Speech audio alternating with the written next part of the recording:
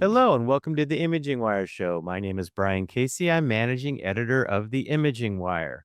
We've got a great episode for you today. Our guests are Madhuri Sebastian and Ioannis Panagiotelis of Philips, and we're going to be talking about some of the new technologies that are shaping the future of radiology. Madhuri and Ioannis, thank you both for being with us today. Great to be here today, Brian. Thank you, Brian. Nice to see you. So let's hear a little bit about yourselves. If you could, Madhuri, tell us a little bit about yourself and your background and your role there at Philips. Hi, everyone. Madhuri Sebastian. I lead our imaging informatics business in Philips. So that is radiology and cardiology workflows for enterprise imaging and AI and workflow generation with data and insights. And very excited to be here. I've spent my entire career in medtech and really looking forward to this conversation. Same here. Ioannis, how about you? My name is Ioannis Panagiotelis. I lead the global MRI business of Philips. I've been in the industry for more than 25 years, and I'm a medical physicist by training. Oh, very good. Very good. So, Ioannis, let's get started.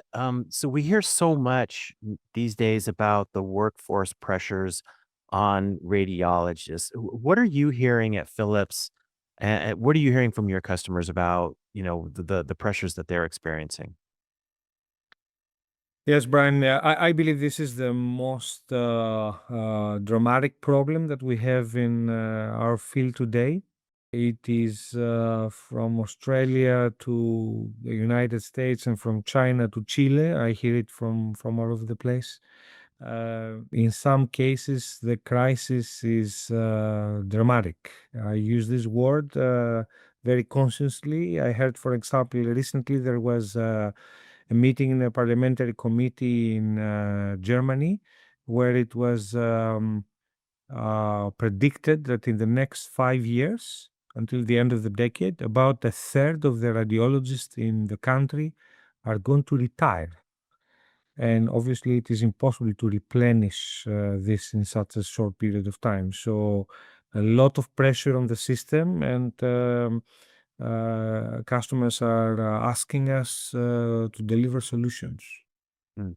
And so it sounds like this workforce shortage is global. I mean, there's so many different regions that you just mentioned. They're all very different places, and yet they're all having the same pressures. Is that true? And if so, what are kind of the macro trends that are causing this?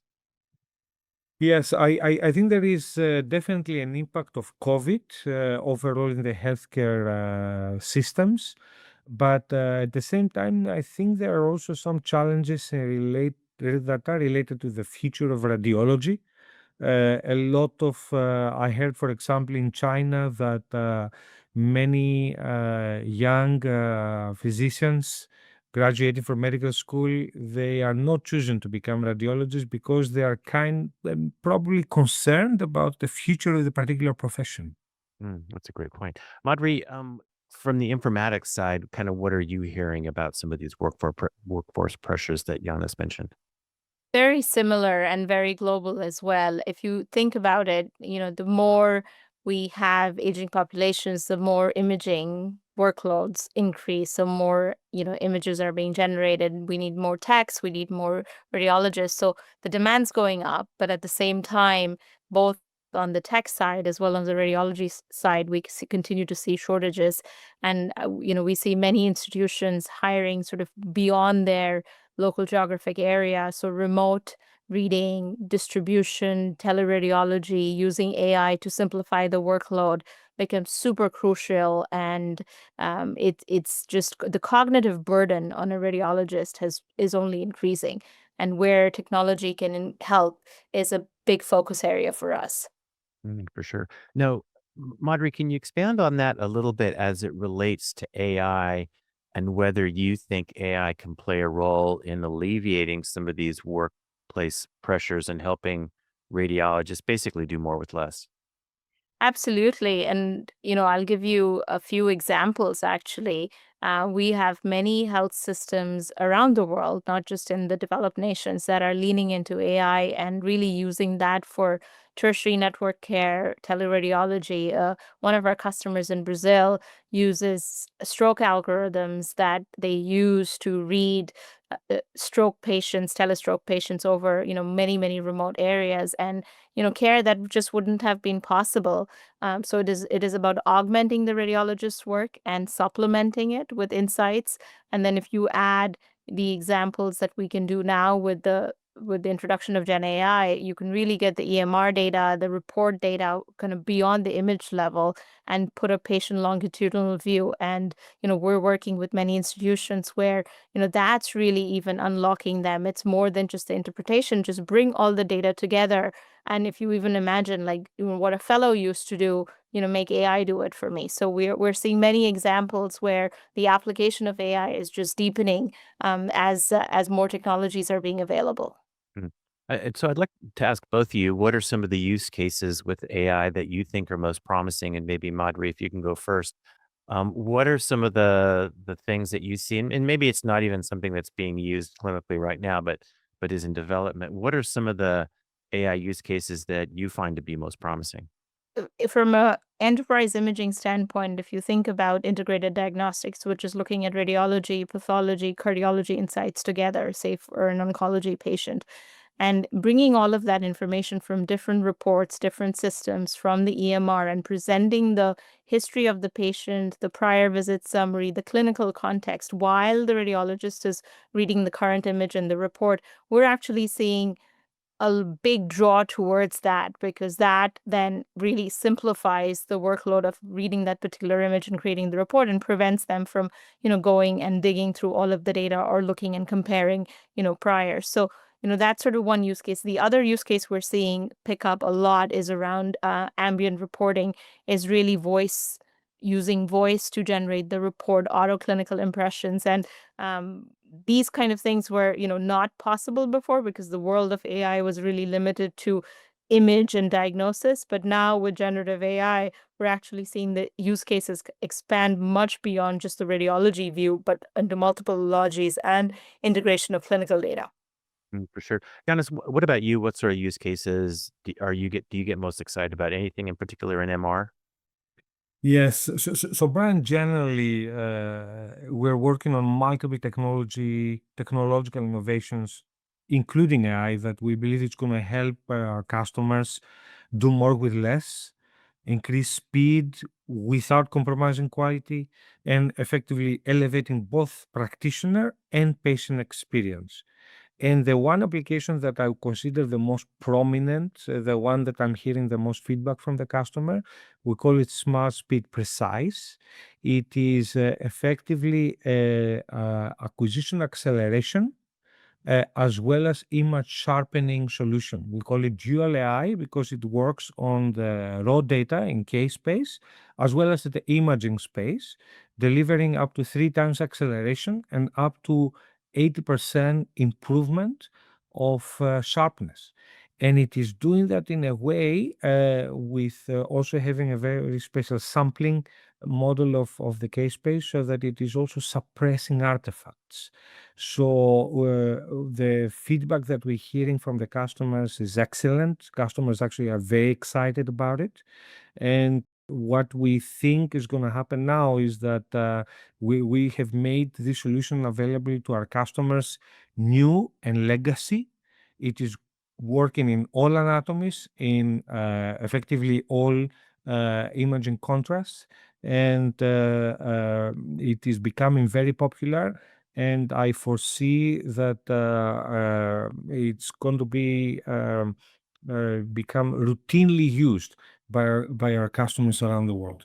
Now, is this the kind of algorithm that will enable you to maybe acquire faster scans and then have them reconstructed to look like they acquired at a full scanning period?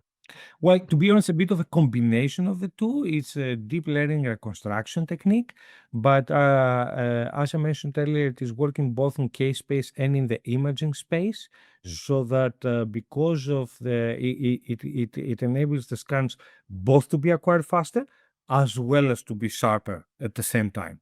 So, Giannis, it sounds like there's some really exciting AI applications coming for MRI, but what about CT? I mean, after all, it is radiology's workhorse modality.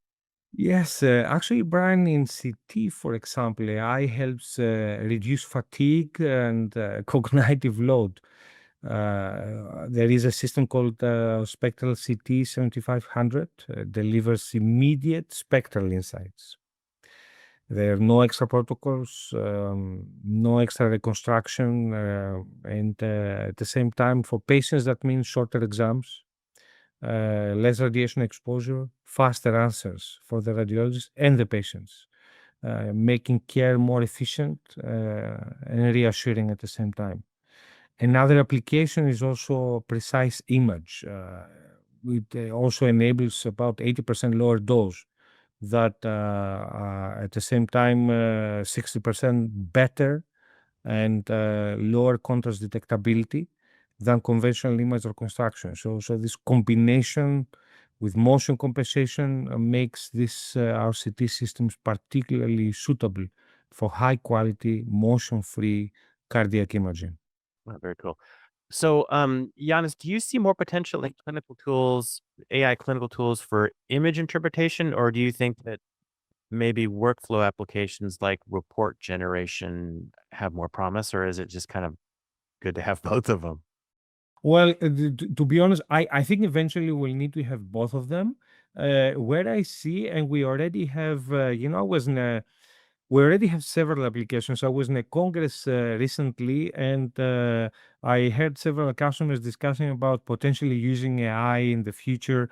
And what I mentioned to them that if they bought a system from us in the last 5 years, they already use several AI applications already that are kind of embedded in our solutions, like in our user interface. There is a lot of workflow automation and a lot of things that are actually inbuilt in the system, in the technologies that are being used in our systems.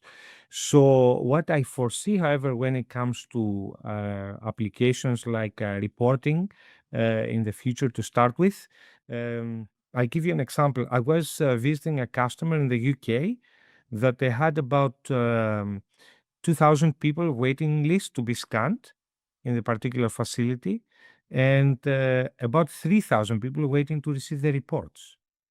So we should not, customers really need our help when it comes to reporting, particularly when it comes to relatively routine cases.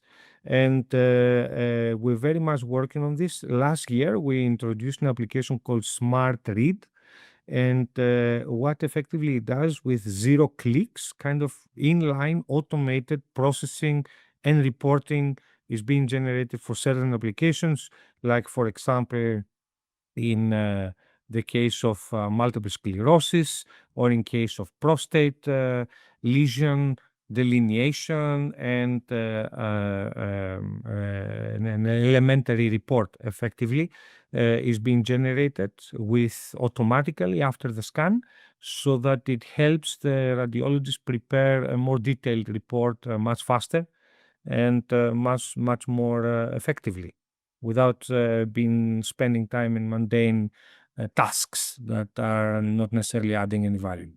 Very good. Madhuri, what do you think? Image interpretation versus reporting, or is it just nice to have both? I think it's critical for both, right? Yanis's examples are very valid because the acquisition to image interpretation is very key. Um, from an informatics standpoint, though, what we're seeing is sort of the speeding up of applying Gen AI to clinical context and EMR and preparing all the prior. So it's almost like all the work that a fellow does to prepare a radiologist can be done with an agent now.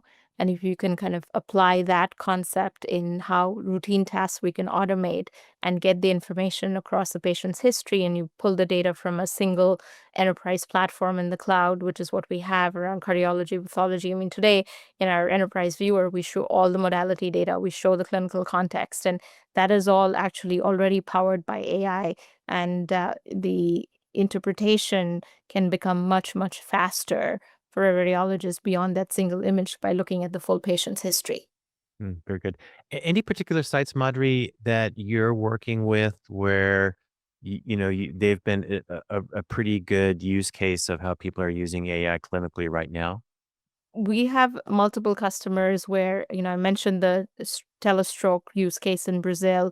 We have other customers that are actually using chest X-ray models to simplify the chest X-ray workload, especially from a triaging standpoint. And what we actually see is a lot more usage and pickup, if you will, internationally also, which Mhm. it's not just the US sites, because again, the staff shortage is global, where, we have sites in APAC that are really using AI algorithms to quickly do some of the routine reads and the normal triaging, etc., using the algorithms that are available in our platform.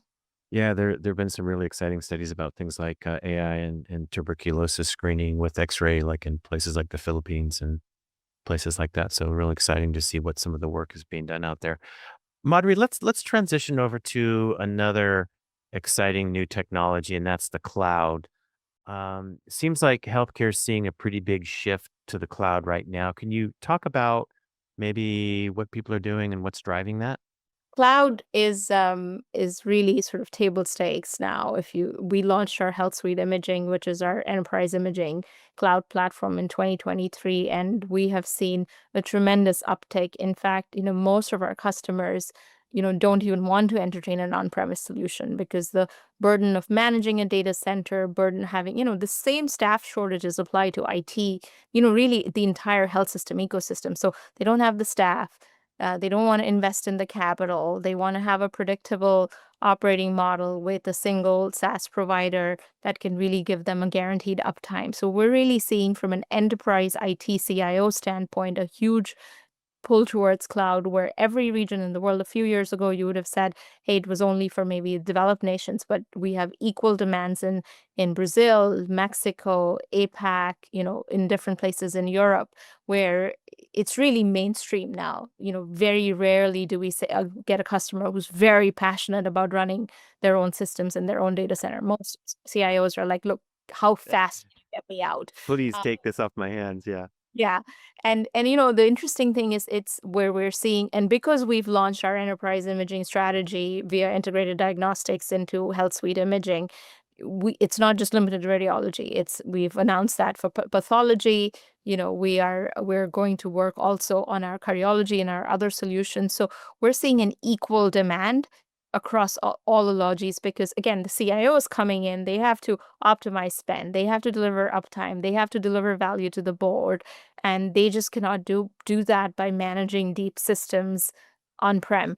And then what it does for them is, we were talking about AI. It's not just the IT spend. Clinically, what it does is then you can really do a lot more with the data, and you can use a lot more tools that are available than what you would have if you were trying to kind of manage it in the walls of a data center.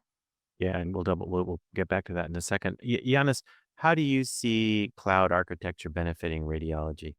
Yes, I can. I can give you an example. There is an application that we actually started first in ultrasound, and we're expanding it in MRI. We call it Collaboration Live, which is actually it was the first integrated telemedicine tool with diagnostic quality, securely sharing text, screen sharing, video streaming directly from the device, the ultrasound system, the MRI system, enabling the customer to extend their team without expanding their team. So this is something that I wanted to tell you in the context of how I think this is really, and the other technologies that we're developing are really going to help the customer address this huge demand for more MRI procedures, more CT procedures, while at the same time, less people are available to actually manage this. And the example that I want to give you is that in the past, there was something like 3 technologies that were managing one MRI system in the 90s. Then, about 20 years later, there was about almost probably 1.5 technologies managing one MRI system. I think that for the whole system to be able to survive effectively, to operate in the year 2030, not very far from now, we need to have multiple MRI systems that are being managed by a single technologist. And these type of technologies are very much imperative in order for us to support the customers to deliver this. Yeah. One other application of the cloud, very quickly to say, is with respect to processing and the next generation of AI solutions.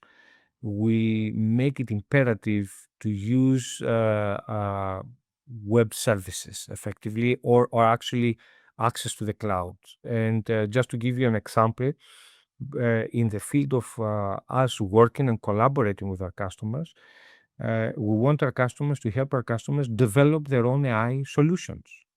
So we have we have announced that we're going to deliver to our customer a solution called Paradise AI, which is effectively an AI workbench, a solution that is using the processing power that is available in the cloud, that will enable these customers of ours, as collaboration partners of ours, to build their own AI solutions, enable them to create tailor-made solutions that really meet their specific needs.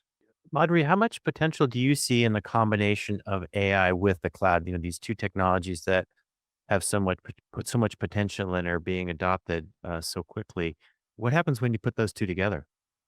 I think it's a 1 plus 1 equals 11 game plan because it really, expands the data access in a way that it's accessible for the cloud. You can replicate it and have a research VNA, for example. VNA is a vendor neutral archive. So we have a vendor neutral archive that customers use for storing their images, but you can with cloud easily copy that into the research. So the workbench that Ioannis was talking about, imagine that now interacting in the cloud with a set of kind of qualified and clean data set for research-only purposes to accelerate. And then the tools that you can use, whether it be models, foundation models, or regular, tools that come with the cloud, come with, if you look at any of the service providers out there, it's just accelerates it. Again, it's just impossible to do that kind of work if an individual CIO is just trying to solve that within the confines of their data center.